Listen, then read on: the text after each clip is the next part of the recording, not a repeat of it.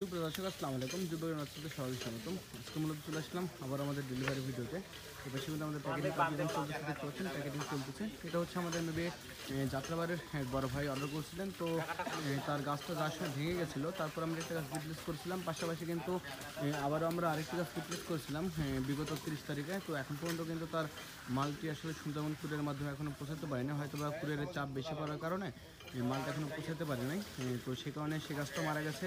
আমরা এবার তৃতীয়বারের মতো রিপ্লেস করতেছি। তো আসলে আমরা চাই সবসময় কাস্টমারকে আসলে কাস্টমার স্যাটিসফ্যাকশন, যেন কাস্টমার যেন আমাদের প্রতি যেন আসলে কোনো ধরনের কোনো কথা যেন না বলতে পারে। সে কারণে কিন্তু অ্যাকচুয়ালি আমরা সবসময় কিন্তু চাই যে কাস্টমার যেন কাস্টমারের মনটা যেন ভালো থাকে এবং কাস্টমার যেন আমাদের কাজ দেখার জন্য আমাদের কাছ থেকে গাছ নেওয়ার আগ্রহ প্রকাশ করে। সে কারণে কিন্তু আমরা সবসময় আল্লাহর রহমতে ভালো কোয়ালিটির গাছগুলো দেওয়ার চেষ্টা করি এবং কাস্টমারের আসলে তার মনের আত্মতৃপ্তি